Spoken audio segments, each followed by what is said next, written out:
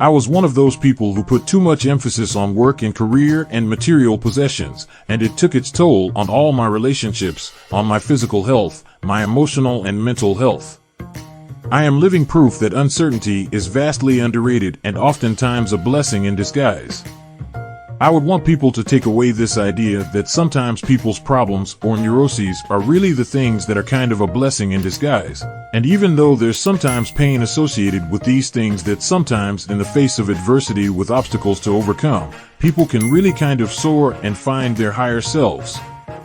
I still think of myself as a stage actor. When I do film and television, I try to implement what I was taught to do in theater, to try to stretch into characters that are far from myself. I was in a restaurant, and it just struck me, something I'd never thought of before. And its menus in the restaurant just hit me.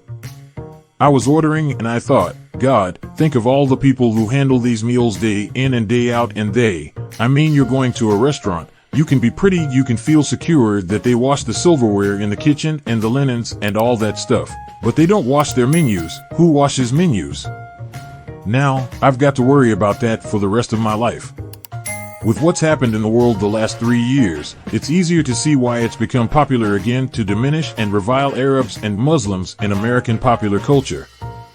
I come from a really big family. My father was a businessman, and what he always instilled in us was to be your own boss.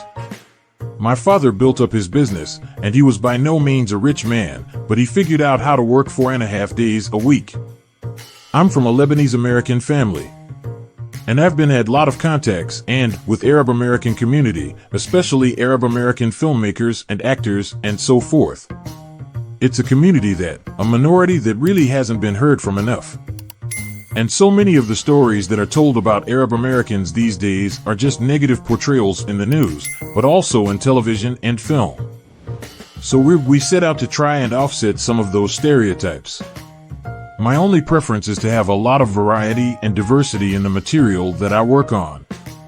The challenge with all television, all series television, as you get into later seasons, to give people what they have come to, what they've become familiar with, and what the qualities of the shows that they recognize without letting it get staled.